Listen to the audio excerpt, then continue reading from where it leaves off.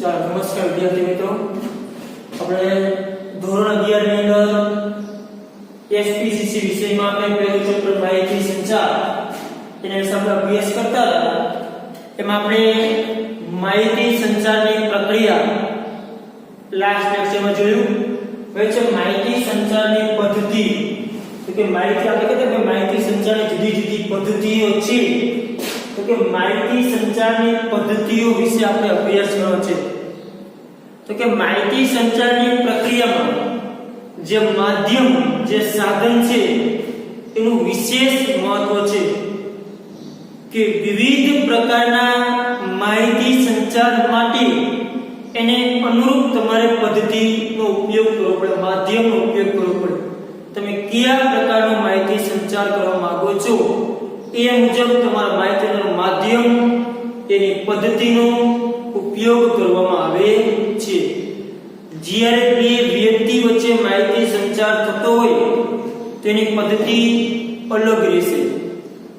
ખાલી બે વ્યક્તિ જ માહિતીની આપ-લે કરતા હોય તો માહિતી સંચારની જે પદ્ધતિ છે એ અલગ હોય છે. સ્વાભાવિક છે કે બે વ્યક્તિ વાતચીત કરતા હોય તો મૌખિક પદ્ધતિ વધુ અનુકૂળ, મૌખિકમાં વાતચીત કરતા હોય એમાં કઈ માધ્યમ નહીં કે મેસેજમાં ટાઈપિંગ ન કે સામ સામે બેઠા હોય તો કે ભાઈ હું મેસેજ સેન્ડ કરું તું મને મેસેજ મોબાઈલનો ઉપયોગ કરી. એની જગ્યાએ એક વ્યક્તિ હોય અને સાંભળનાર જૂથ હોય જેમ કે વર્ગખંડ.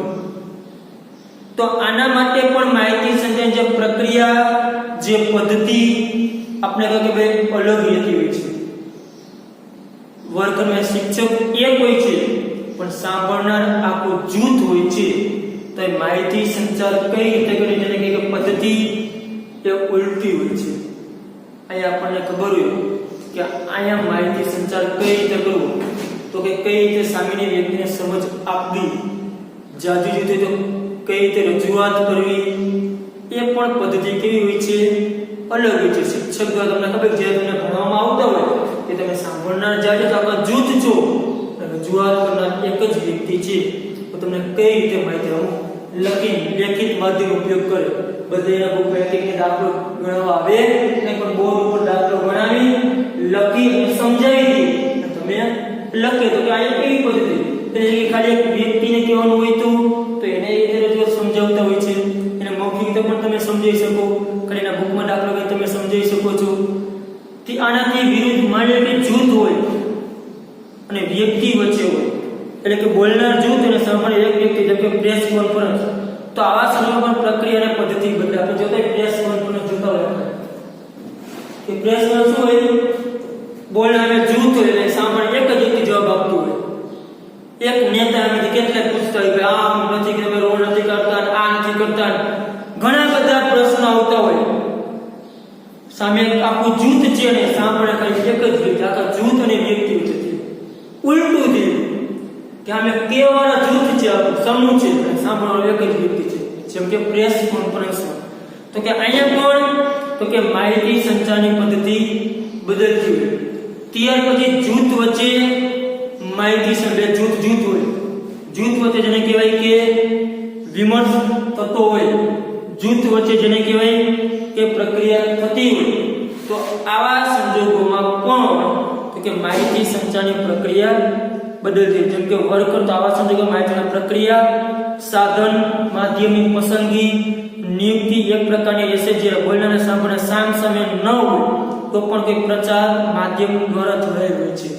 જેમ કે બોલનાર જો સામ સામે ન હોય તો તમારે અન્ય કોઈ પણ માધ્યમનો જેને કહેવાય કે ઉપયોગ કરવો પડે છે. જેમ કે ટેલિફોન, ટેલિકોમ્યુનિકેશન. એટલે કે તમે જે માહિતી સંચાર કરો છો એ જો સામે વ્યક્તિ ન હોય તો તમારે માહિતી સંચાર માટે કોઈ માધ્યમનો ઉપયોગ કરવો પડે છે. કોઈ વસ્તુ જેને કે કોઈ સાધનનો જેને કહેવાય કે ઉપયોગ કરવામાં આવે છે. કે માહિતી સંચારની જે પદ્ધતિ છે એ માહિતી સંચારની પદ્ધતિ માટે તો કે કઈ વ્યક્તિ વચ્ચે કેવી રીતે માહિતી સંચાર કરવાનો છે એ મુજબ તો કે માહિતી સંચારની પદ્ધતિનો ઉપયોગ કરવામાં આવે છે. બે વ્યક્તિઓ છે માહિતી સંચાર કરવાનો હોય તો કઈ રીતે કરવું, વ્યક્તિ એક છે સામે જૂથ છે તો પણ પદ્ધતિ બદલાશે. સામે જૂથ છે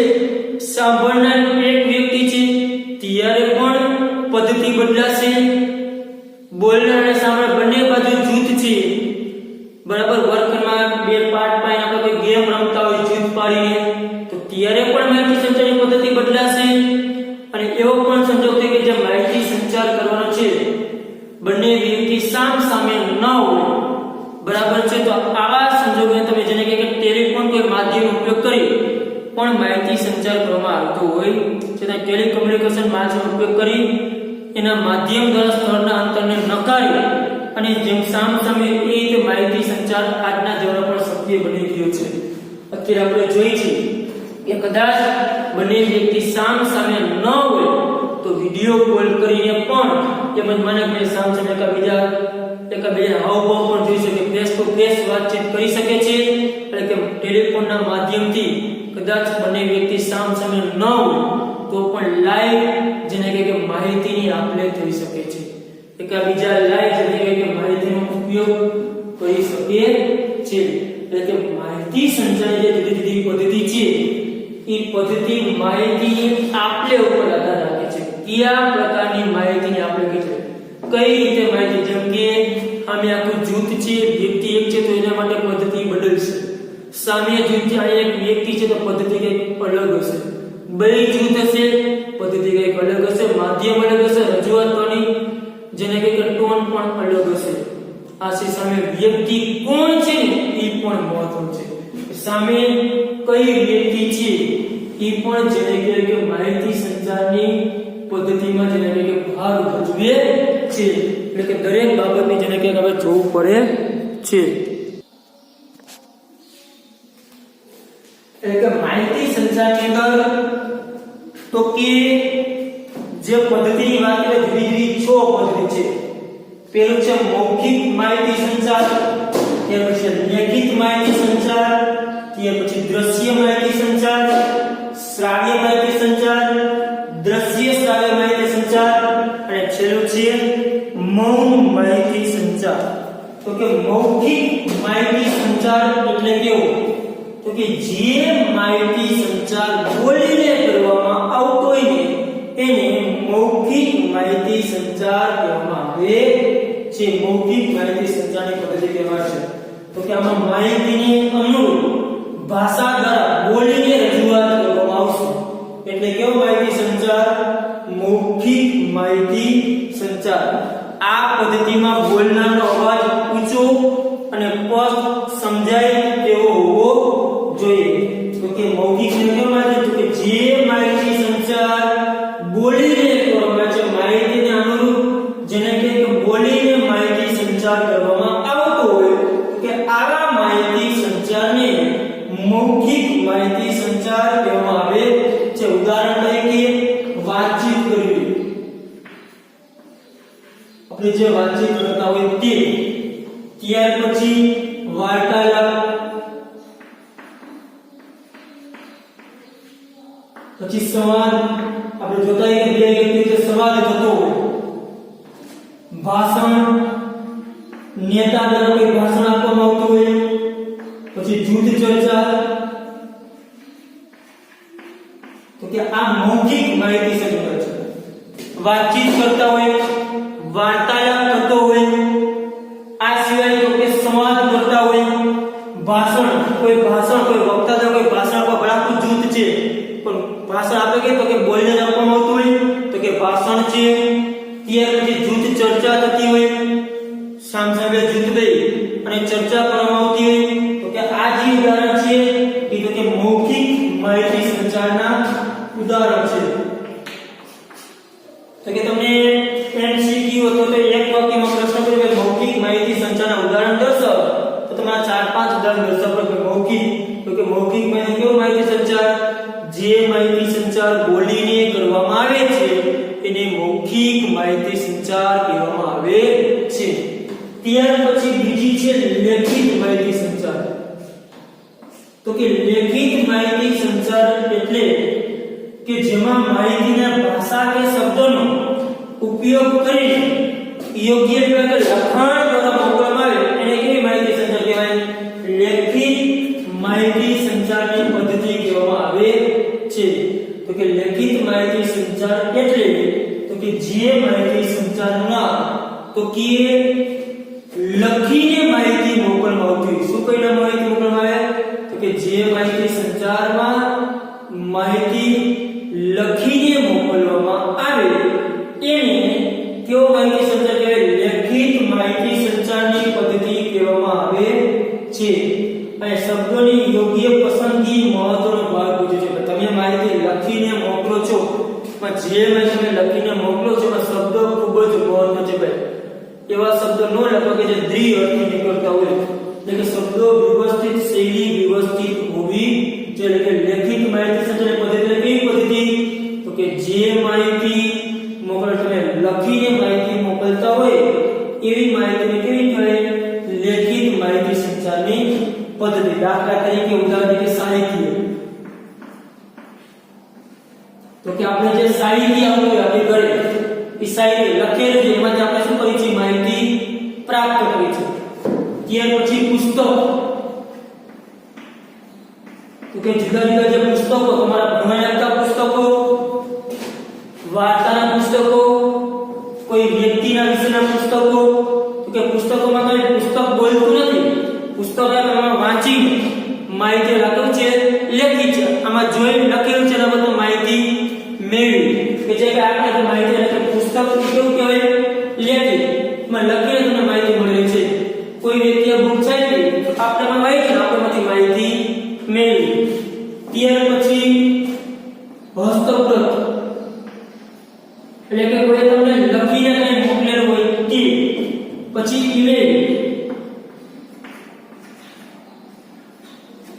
મોબાઈલ ફોન કે કોમ્પ્યુટરના દ્વારા તમે ઈમેલ મોકલવા. આ માહિતી કઈ લખીને મોકલી, તમે જોઈ અને તમે પાછો લખીને જવાબ આપો. ઈમેલ તમને મોકલે ભાઈ ટાઈપિંગ કરી નાખે, તમને મેસેજ મોકલી દે, માહિતી મોકલી દે, માહિતી આપે. એટલે કે ઈમેલ તમે વાંચો અને ઈમેલ ના આધારે કે માહિતી મેળવી તે. પછી વર્તમાનપત્રો. તો કે વર્તમાનપત્રમાં શું હોય? લખાણ જ હોય. ત્યાર પછી જાહેર ખબરો અને ચોપાની. જે આપણે છાપામાં જોતા હોય વચ્ચે જે ચોપાની આવતા હોય, અલગ અલગ સ્કૂલની જાહેરાત આવતા હોય, કોઈ મોલ હોય એની જે આપણે ડિસ્કાઉન્ટ છાપામાં જે ચોપાની નીકળે તે કઈ કહેવા નથી, પણ આપણે શું જોઈએ કે જે ચોપાની જે પરપરી નીકળ્યું હોય એના પર આપણી માહિતી ને ભાઈ હા મોલમાં ડિસ્કાઉન્ટ છે 10%, આપણે પહોંચી જાય ભાઈ લઈ આવી.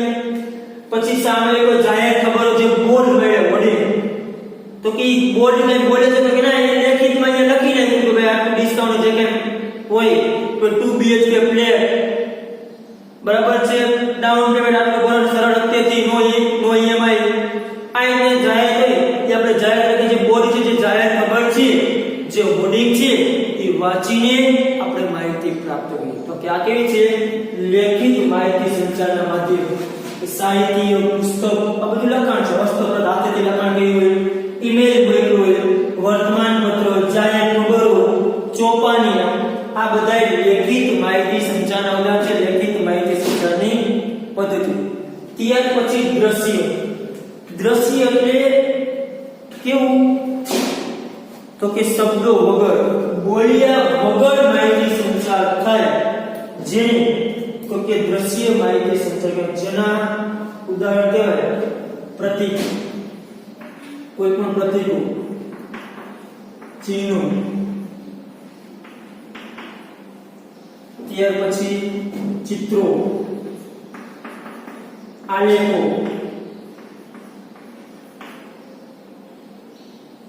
નકશા, રંગ.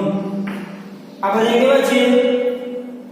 બોલ્યા સાંભળ્યા જોઈ સમજી નથી માહિતી સંચાર. આમાં કાંઈ બોલવા નથી હોતું, નથી કે કેવું ખાલી એ પ્રતીક ચિહ્ન તમને ખાલી ચિત્ર દેખાડો. ટૂંકમાં દ્રશ્ય શબ્દો વગર ભાઈ ચિત્ર દેખાડો. તમને લાલ આમ દેખાય ભાઈ લાલ રંગનું ચિત્ર દેખાય, તમે એમ નહીં કે લાલ રંગ છે, ભાઈ લાલ રંગ દેખાડશે ભાઈ હા લાલ રંગ છે. સિંહનું ચિત્ર દેખાડે, પછી પૂછે ભાઈ શું છે? કઈ ચિત્ર દેખાય આ શેનું ચિત્ર છે? તો ભાઈ આ શું છે? સિંહનું ચિત્ર. કોઈ પ્રતીક દેખાડે, જુદા જુદા ધર્મના જે પ્રતીકો આપણે ખબર કે આ કયો ધર્મ દેખાડે, આપણે કઈ કે આ ક્રિશ્ચિયન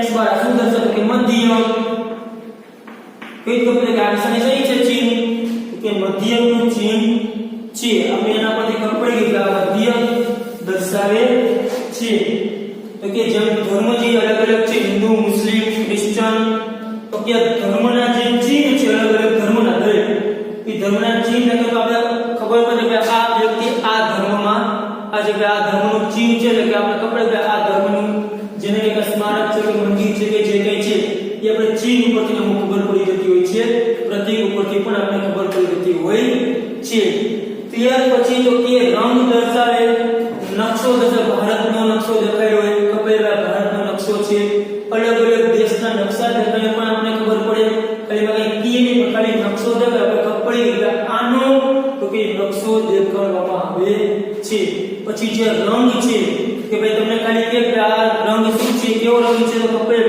કેવો રંગ કઈ જગ્યાએ સફેદ રંગ છે પછી જે જુદા જુદા ચિહ્ન પાછળ નિશાન છે તો કે સિગ્મા જે શું બતાવે સરવાળો આ શું દર્શાવે છે 10 માં નિશાન છે તો કે મધ્યસ્થ તમને કઈ કીધું ને ખાલી ચિત્ર દેખો ચિહ્ન મધ્યસ્થ આ તો કે બહુલક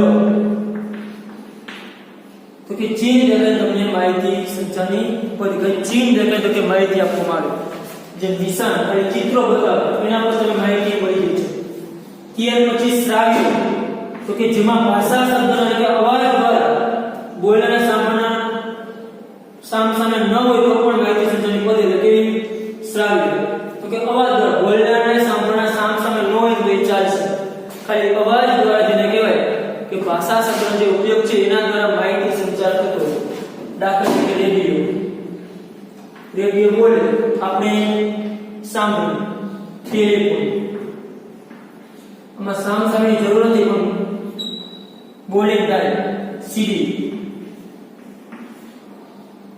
ટેપ રેકોર્ડર આ બધા કેવા માહિતી સંચાર છે તો એ શ્રાવ્ય માહિતી સંચાર છે જેની અંદર તો કે શ્રાવ્યમાં શું થાય કે રેડિયો ટેલિફોન સીડી ટેપ રેકોર્ડર આ જે છે એ ખાલી બોલે છે એમાં કોઈ ચિત્ર નથી દેખાડવું તો કાંઈ ખાલી શ્રાવ્ય ખાલી સાંભળવાનું ઓડિયો જેને કે ઓડિયો કહેવાય શું કહેવાય ઓડિયો ખાલી સાંભળવાનું રેડિયોમાં શું કરે સાંભળી માહિતી મેળવવાની ટેલિફોન તો સાંભળી માહિતી મેળવવાની સીડીમાં સાંભળી માહિતી મેળવવાની સીડી એટલે તમને ખાલી સીડી જોજો વિડિયો સીડી નહીં થાય તો કે આ કેવું થયું તો કે શ્રાવ્ય તે પછી દ્રશ્ય શ્રાવ્ય બોલવું અને સાંભળવું બધું જોવાનું દ્રશ્ય એટલે જોવું શ્રાવ્ય સાંભળવું ઓડિયો વિઝ્યુઅલ એટલે કે સાંભળવાનું બોલવામાં દ્રશ્ય દેખાય કરું અને બોલે પણ કરું તો કે આ માહિતીની પદ્ધતિ કેવી કહેવાય તો કે ચલચિત્ર ફિલ્મ આપણે જોતા હોય તે માં બોલતા હોય અને ચિત્ર દેખાય ત્યાર પછી ડીવીડી પછી ટીવી ટેલિવિઝન ટીવીમાં ટીવી બોલે કરું અને ચિત્ર પણ દેખાય પછી કોમ્પ્યુટર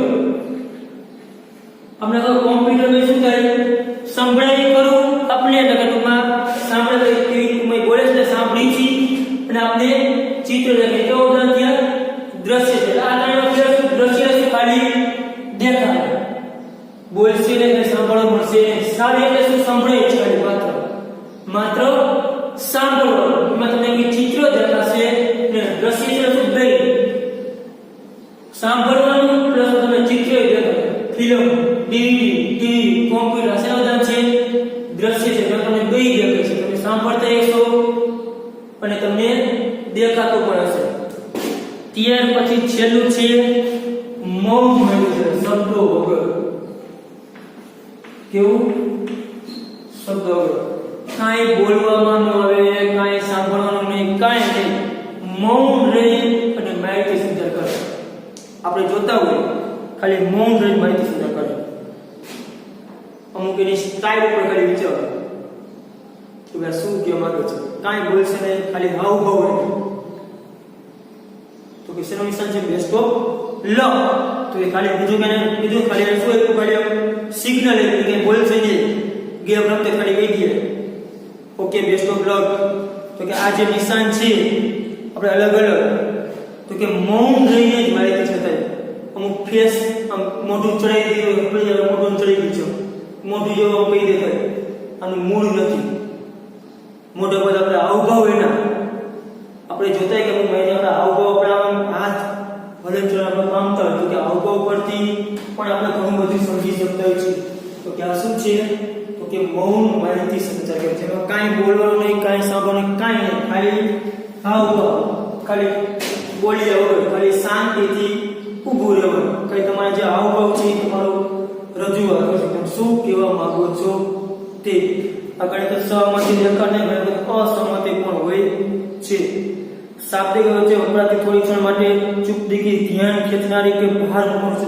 ઘણી વખત આપણે ખબર હોય કે અચાનક બોલતા હોય, કંઈક વાતચીત કરતા હોય, પછી અચાનક આમ ઊભા રહી જાય, કંઈ બોલે જ નહીં,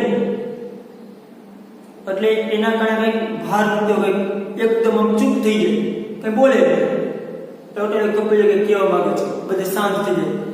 ઘણી આપણે ખબર કે અવાજ થતો હોય ત્યારે વક્તા દ્વારા કાંઈ વક્તા શાંતિના બોલતા અવાજ જ્યારે થતો હોય, વક્તા કાંઈ શાંતિના ઊભો રહી જાય, ઓટોમેટિક સામે વ્યક્તિ પણ શાંત થઈ જાય. શું કેવા માંગે છે?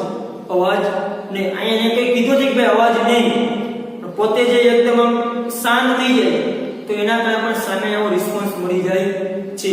એટલે કે આ જે છે માહિતી સંચારની 6 પદ્ધતિ છે. મૌખિક એટલે કે તો કે બોલીને થાય કે મૌખિક, લેખિત એટલે માત્ર લખીને તમને મળતી રીતે, દ્રશ્ય એટલે ખાલી જોઈને તમે માહિતી મેળવતા હોય તે, શ્રાવ્ય એટલે માત્ર તમે સાંભળીને માહિતી મેળવો છો, દ્રશ્ય છે એટલે સાંભળવું અને સાંભળવું અને દેખાડવું, ગઈ જોવું, અને મૌન એટલે શબ્દો વગર કઈ બોલ્યા વગર જે માહિતી સંચાર થાય અને મૌન માહિતી સંચાર કહેવામાં આવે છે. ચાલો, થેન્ક યુ.